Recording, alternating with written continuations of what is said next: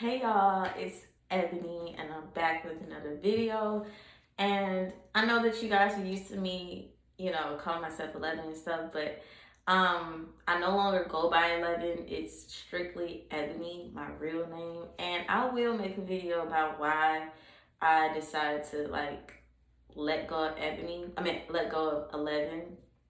But that's a different story, okay? Y'all make a video about that maybe the next time. But today is the day that I wanted to come on here and talk to you guys about someone who may have gone through something where someone done them wrong, whether that is a relationship, partnership, friendship, business, career, job, whatever it is, and you feel like you've been done dirty, wrong, and you just trying to figure out how to get this person back, how to, feed your flesh from being so angry inside, like how to calm it down, how to seek revenge.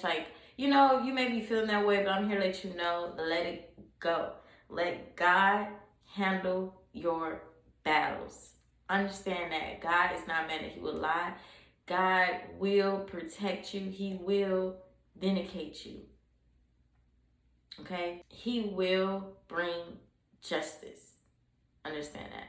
So I want to give a story time. I really don't want to talk about my situation, but in order for you guys to really understand where I'm coming from today, it's very much needed. Speaking from my point of view and my issues and my situation and my causes of things that happened to me in my life, we all play a part in some way, right? I play a part in the things that I've been through and where I found myself wondering how can this person get away with this? Although I did do things to cause this person to treat me this certain way. So let's get into this video. I'm sorry, y'all, because it's just I don't want to make it seem like somebody missing somebody now. Let's make that clear. This is my testimony only. Ain't none of that, okay? The Lord already showed me and told me who my God-ordained spouse is. So let's get that clear, okay? This is just a testimony for someone that's out there who's trying to figure out how to get out of the toxic situation, how to get to themselves to a place where they can think and heal and, be on a track that the Lord wants them to be on. So I just want to give that disclaimer out that this ain't none of that. This ain't no missing thing, okay? This ain't no reminiscing thing, okay? So let's get back to the video. So anyway, at the time, before I always with God, always love God and Jesus. That's just, my partners. They're my everything. But at the time when I was in the world, dabbling into things that I wasn't supposed to, I was in a relationship, a toxic relationship. Now we're talking about 3-4 years ago, okay? And so basically, make a long story short, because I kind of talked about this a little bit in my previous video about my testimony. I'll probably link it somewhere in the video so you guys can take a look at that, but I didn't actually go into detail. I just spoke about how the Lord was speaking to me in this relationship that wasn't for me, that God did not call me, and God did not say that this was my ordained husband, my God-ordained husband, and he wasn't. So anyways, as I was going through the trials and tribulations in that relationship, the Lord was working on me. I was at the point where I was just completely tired. I was mentally drained, completely tired, just needed a change in my life. Have you ever experienced that point in your life where you just where's my life going? I need a change. I feel there's nothing moving in my life, and I allowed myself to get into this pit where there's no growth, where there's just me not loving myself. You can find yourself so into someone where it's no love in it. It's just comfortability, and it's just used to doing the same things over and over again. But then you get to a point in your life where you're just okay, this is not going nowhere. I feel like this person's playing on my insecurities. I feel like this person is playing with me. And my vibe was just shut down. So it was really me needing a space to get my mind right, because I knew my mind was all over the place. It was my mind was just on that person. I just left my life and just was all on them. I just need to take a break. I really need to just Like, it's like a stronghold, and I just need to get off. Like, it's like you got glue stuck to something. It's like you having your shoe stuck to gum and you can't get out of it. It's like you've been sucked in like a sand hole and you just trying to get up, but you keep sinking. That's how I felt. Real crazy. How you allow somebody to treat you that's how they gonna treat you. If you don't stand for nothing, you will fall for anything, period. I knew it was a problem, but for some reason I had this strong hold. It was like a stronghold where I just couldn't like shake it off. As the Lord is ministering to me in my spirit, like it was amazing, because at that time, this was like around 2020, right? This is around 2020. So at that time when COVID hit, this was like summertime, and I wasn't reading my Bible as much. Like, I wasn't reading my Bible at all. So I'm just gonna be clear with that. At that time in my life, I was more on my relationship, my toxic relationship that I was in, and I thank the Lord for having grace on my life, because it could have turned out 10 times worse than what it is. So I thank God first for just like not allowing my situation be the end of be all, And I just want to let y'all know, if y'all don't stand for something, you fall for anything. And that's where I was, falling for anything, right? As this person thought I was. But I was always woke to what was going on. But it was like I had a stronghold over me and I couldn't get out. I didn't know what it was. Like, I'm like, what is this? Like, why can I let go of this when I know it's not benefiting me from nothing? You know what I'm saying? So anyways, it was just a toxic situation going on. So the Lord mentioned to me, speaking to me in my heart, in my mind, my soul, in my body, and my spirit. The Lord was telling me, go talk to this person, tell them that, you just need 2 weeks of quarantine because of the COVID. Like, you just need 2 weeks of quarantine. You don't know what's going on. Like, you're not sick or anything, but you just need 2 weeks of quarantine. Just to let them know, like, yeah, in other words, that was me saying, yeah, I'm tired of you and I don't know how to let go of you. So I just need 2 weeks just to see what I'm feeling is true inside. Because at that time, I felt like this person was cheating on me. Like, you can just know when someone's cheating on you. Listen, that's a long story itself. I'm celibate. I'm celibate because of the things that I've been through. And I encourage y'all, men and female, to be celibate. Don't be having sex with no one that is not your wife and not your husband, because all it does is bring on to spirits, and you don't need none of that in your life, especially if you're just trying to become a better person and keep your mind, your soul, your body, your energy, and your spirit right with the Lord. Don't contaminate that with different spirits. Like, don't contaminate that by having sex with somebody else because that person had sex with someone and that someone had sex with someone, and now you got all these spirits and you trying to figure out why you feeling like the way you feeling. But anyways, let's get back to the story. Yeah, so with that being said, like, you could just know when your partner is not in it anymore. And I knew it because that's how I felt too. I was just not in it anymore. It was just nothing. Like, it was like a person, like, I already knew that within 3 months of this, a year-long relationship, that it was over, and in the whole year, it was just mostly of being comfortable, smoking and drinking, and doing a thing. That was what basically the relationship consisted of. It was no going out having fun. It was just smoking, drinking, doing the thing. You know what I'm saying? And being couch potato. So that's what was going on in the course of this relationship. Fast forwarding, I drove to the park. So I talked to this person, told this person, well, yeah, let's just take 2 weeks off. Because I used to usually go to this person's house every day. Like, every day. Like, I was never home. I was always there every day. And that's when I was telling y'all in my previous video how I used to cry to the Lord and say, please get me out of this. Like, I don't know what it was. I just can't never explain what it was. But all I know, it was a stronghold. So anyway, with that being said, after I got off the phone with this person, they were cool with it. They were like, oh, yeah, I agreed. Yeah, whatever. So long story short, they hung up, blah, blah, blah. And it's so funny to me because it's so funny. After they hung up, y'all, I kid you not. First, let me tell y'all. Okay, that's why I'm like, it's so many. Okay, before I hung it up with them and told them it was a 2-week quarantine, I gave this person a phone that I never used anymore because they didn't have a phone at the time. So I gave them my phone to, you know, to use. And y'all, don't judge me because this was 2020. I've grown, changed, like, yeah, you know. But anyways, I gave them a phone to use so they can communicate with me during the COVID time, right? And and you know, as soon as I got off the phone with him, somehow their second Instagram, I never knew they had a second Instagram, y'all.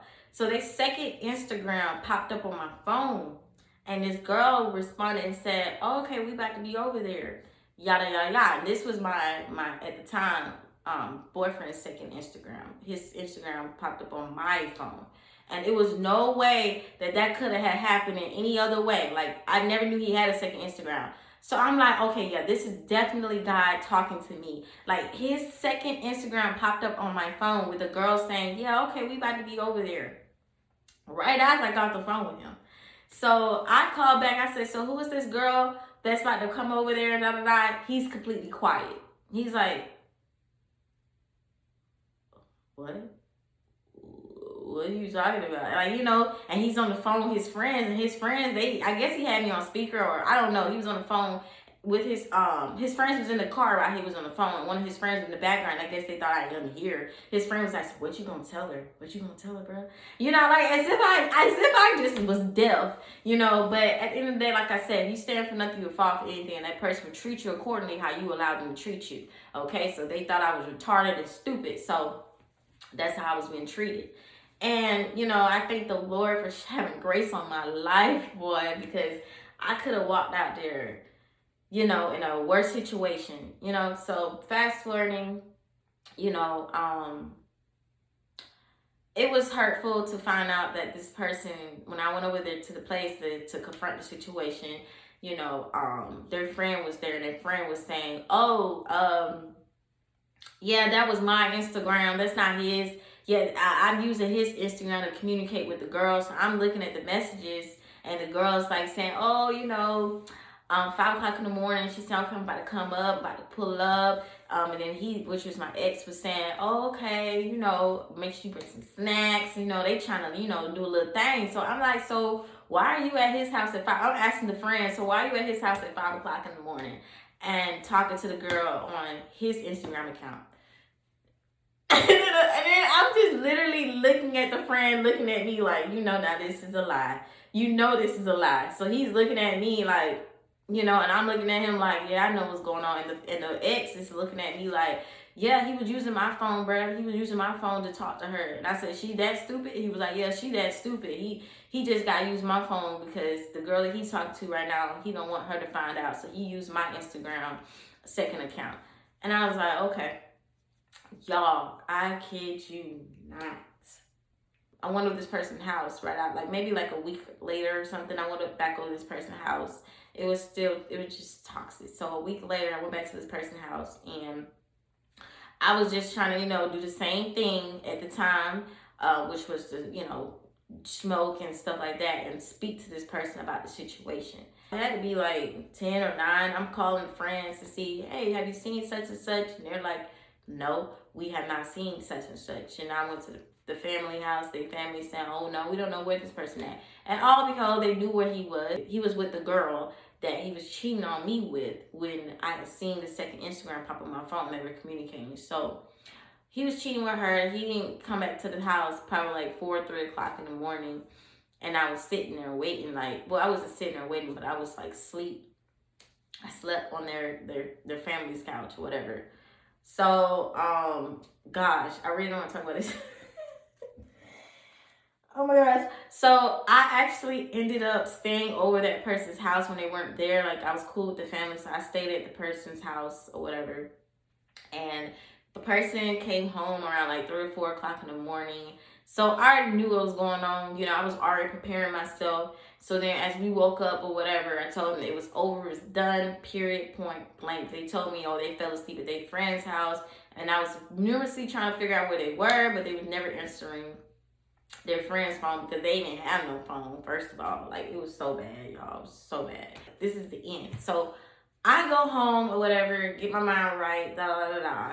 And, you know, after that situation happened, it was the Lord showing me that this is what's being done behind your back. Okay? This is what's been going on behind your back. This is why you've been feeling unease inside. This is what's really going on, right? So after that had happened, I sat back and I really was questioning myself, like, taking accountability of my actions. Like, okay, I caused this to happen. Like, I didn't have no boundaries. I didn't put my foot down. I allowed this person to feel like they had the upper hand in the sense of lying to me and in the sense of me taking them back, like as if I was just low in the head, because I sure was, especially what I allowed to happen in my life. So, God allowed me to have the grace to go and get back on purpose, which was my photography at the time. And I ended up meeting, a studio that I started, doing work at a studio. And I took my mind off of that situation and put all that pain and that hurt and that sadness and that regret and that blamelessness that I was having towards myself, blaming myself. I put all of that into my photography work. And that was my main focus. I completely cut that person off. There was no going back. There was no talking. There was no nothing. Block, go on Instagram, restrict the account. No, go on Instagram, block the account. It's nothing. Block the family, block everybody. You know what I'm saying? I tell y'all, it was the best time of my life. I do not regret nothing I've been through, because at the end of the day, although I felt, upset and angry and wanted this person to feel the pain that I felt, like this person, done things that was very hurtful and, was antagonizing me, basically saying, ha ha ha ha, just basically like, ha ha ha, this what happened, ha ha ha. I really don't care because I got somebody on the side and you're the one that's hurt. So hurt people, basically. But at that time, I'm not the type of person to hurt someone just because somebody hurted me. Like, that's not my character. It has never been my character, and it won't be my character. Like, I know how to lean on God and allow God to heal me. So in that time frame when God was allowing me to take pictures and put all my pain and my hurt in my craft, that's when I started developing more in my photography. And, I ignored this person. This person blew me up continuously. I blocked the entire family because that was a way for him to get in touch with me, was through his family. But I blocked the family. I blocked him, blah, blah, blah. Everything's blocked, right? So, moving forward through my life, I started getting into my Bible. I started getting into the Word, speaking to the Lord, because I had questions. Like, I want this person to have revenge. I want to get revenge on this person. Like, I want this person to feel how I felt. I want this person to experience what I felt. Like, this is not right. This is not fair. Like, I want to go over there and beat the crap out of them. Like, you know what I'm saying? Like, I had a whole bunch of, hate and revenge in my heart, and that the Lord had to take out of my heart and to heal me. And I just wanted to give that story time, a little short story time about this situation, because I'm not sure who I'm speaking to, but I know there's someone that's out there that feel like they've been betrayed, backstabbed, spit on, and been treated like crap when they were the ones that always support the person that they cared about, but the other person just spit in their face like it didn't mean nothing. And I'm here to let you know, when the Lord removes you from a situation, know that it is for your good, and God will bless you when you remove yourself from that situation, because the Lord always knows your heart. He knows your heart desires. Even if you've never spoken to the Lord knows you. He knows you from the front, from the back, from the side, everywhere. He knows you. He knows how many hairs in your head. He knows you. Understand that. Not only the Lord knows your desires about what you desire in a significant other, He knows your desires of where you want to be in life. And when He knows that someone is doing you dirty behind the scenes, He will allow things to happen so that way you can remove yourself from this person, so God can elevate you and get you to that place where He knows that your heart desires wants to be. Not your flesh. Your flesh wants to stay with something that's toxic. Your flesh wants to, do things that is toxic and that's not right. When the Lord sees what's right for you, He will allow things to happen all around you and to, cause chaos to get you out of that situation. So I praise the Lord for like basically healing me and taking me out of that situation, right? Because I kid you not, y'all. I used to be 83 pounds, maybe 87 pounds. I think it was 87 pounds. I haven't got that low, y'all. I didn't get that low. But I was 87 pounds wet, just 87 pounds wet, smoking weed all the time. I'm not saying that this person caused me to do all this. No, I'm saying that I caused it on myself. I took accountability on my actions. And, during that time of the breakup, I was just smoking more and more and more, just trying to heal and ease the pain of how I felt inside because of all the things that I did. I did blame myself for some things because it was me taking accountability, not blaming myself. I'm not saying that I was a victim neither, but I did take accountability of things, and when I took accountability of the things that I did, it was painful to, face the facts. So I smoked weed to, calm myself down and to, not have to deal with those emotional thoughts and that torment that I was going through. And in that sense of doing all that, I just kept losing weight. Like I was like love sick. And it was like at the same time wasn't love sick. It was like the first day I was sad, but then I got over it because the most painful thing about that situation was the fact that I was a supportive person. I was a genuine person, and I was treated like the scum of that person's shoe because I didn't stand for something. Okay? So I allowed that person to treat me how I allowed them to treat me. I didn't stand up for anything. I didn't put my boundaries out there. So with that being said, y'all, I'm here to let you know, do not hold grudges. I understand that it hurts. I understand that it's just like you want this person to feel what you feel right then and there, right now. But what you have to focus on is what the Lord is calling you to do. Your passion, your purpose, His will that is for your life. God knows your heart. He knows what your heart desires. Not only He knows what your heart desires in a relationship, but He knows what your heart desires and how you want to see your life from 5 years from now. He knows what your heart desires. And in order for Him to bless you, He has to remove you from the mess. God is not going to bless mess. Okay? So He has to remove you from the mess that you're in.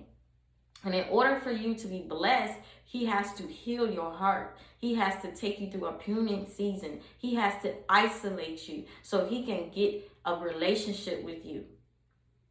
Okay? And I know it's hard right now, or even if it's 3 months ago and you still kind of like hurt by the situation or whatever it is that's in your life. Like I said, it's not just for relationship. Whatever it is that's I'm speaking to you through your spirit. Well, the Lord is speaking to me to speak to you through your spirit. I'm here to let you know, allow the Lord to get justice for you because He will. With that time frame, I'm going on 32 minutes. With that time frame, y'all, the time had skipped. Like this had to be like a year later.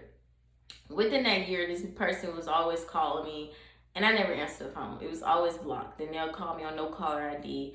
And, I'm thinking like, who is this calling me? They call me. I'm like, oh no, click, hang up, and keep going on with my life. Like, there's no going back. When someone do you dirty and they're toxic, they treat you like crap, do not take them back because they only want to see you still stupid. And they only mess with you because they mess with someone else that probably will cheat on them. So they need somebody as a backup plan just in case they get messed over with the person they actually like. I mean, it's the hard truth, So I didn't pay this no attention.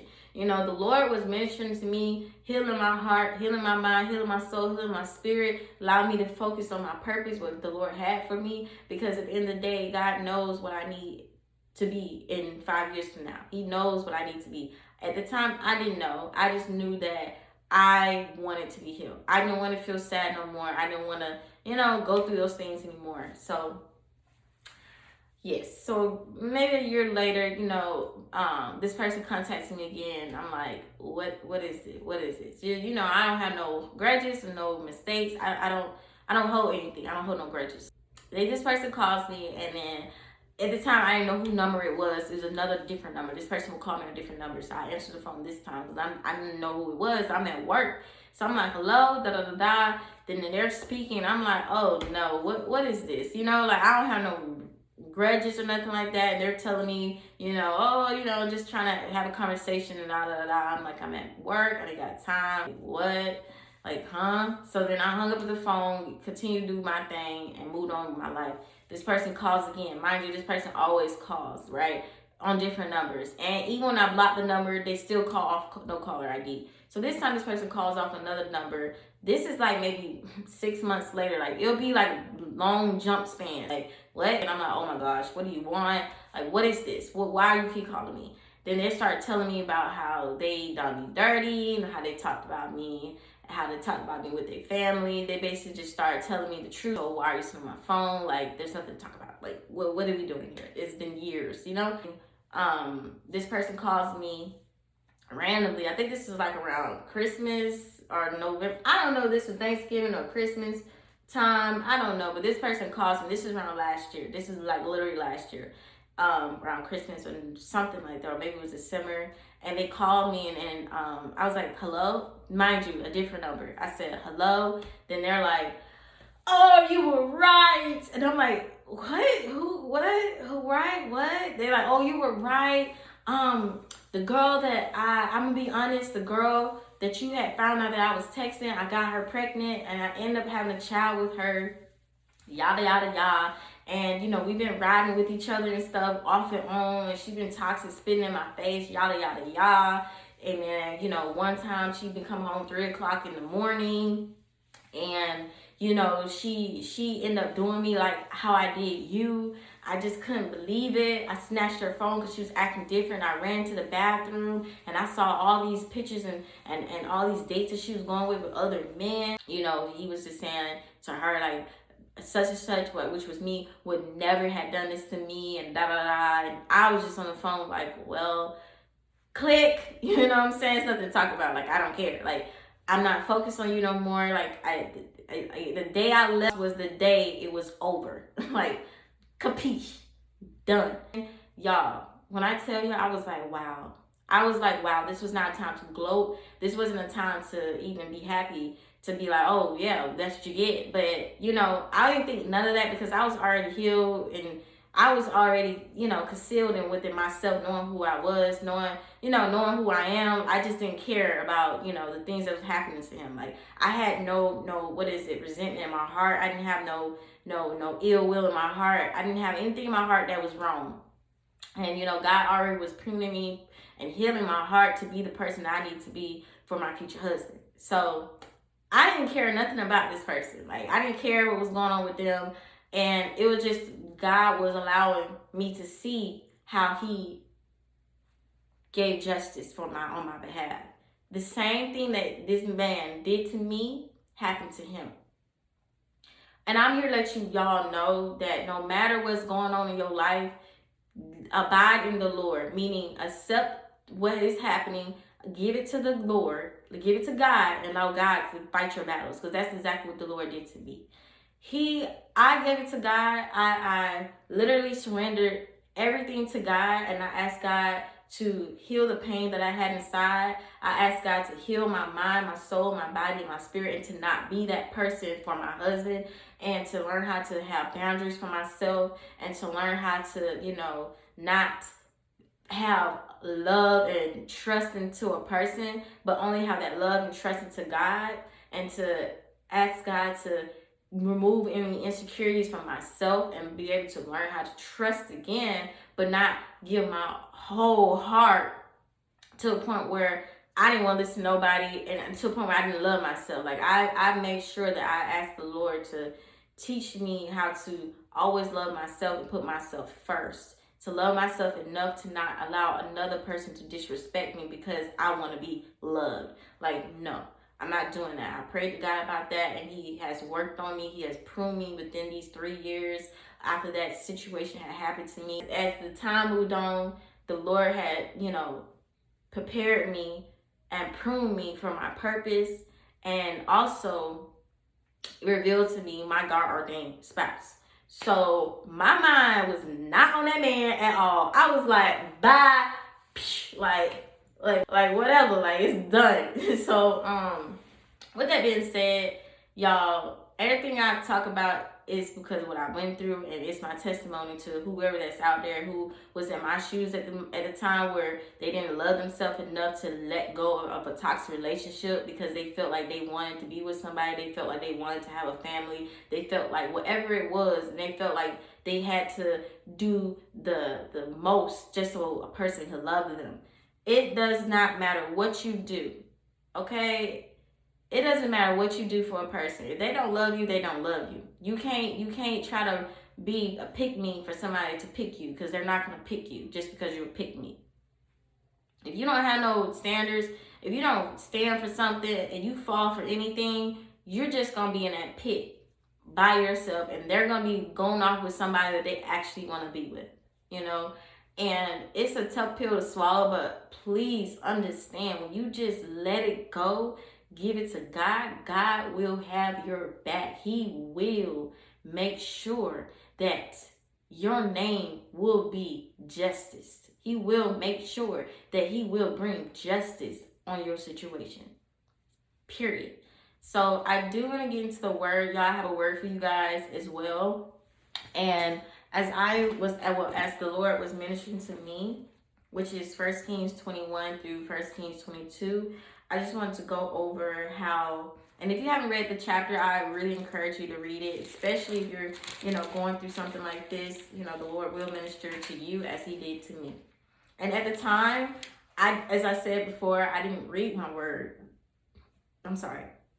At the time, as I said before, I didn't read my word. So I didn't know that the Lord was going to do justice. I just gave it to God, and I knew that God had my back, and he was going to do what he said he was going to do, which was heal me. Heal me. And that's all I cared about, was to be healed and not to have those thoughts in my mind of insecurities or just a filth. Like, he literally brought me out of filth into a cleaner spirit. Like, y'all, I gained 20 pounds, okay? Like, God, that man upstairs, he renewed me. He put me into the place where he knew that I should be. So, with that being said, the king of Israel at the time, Ahab married Jezebel, a wife named Jezebel, right? She was a Jezebel.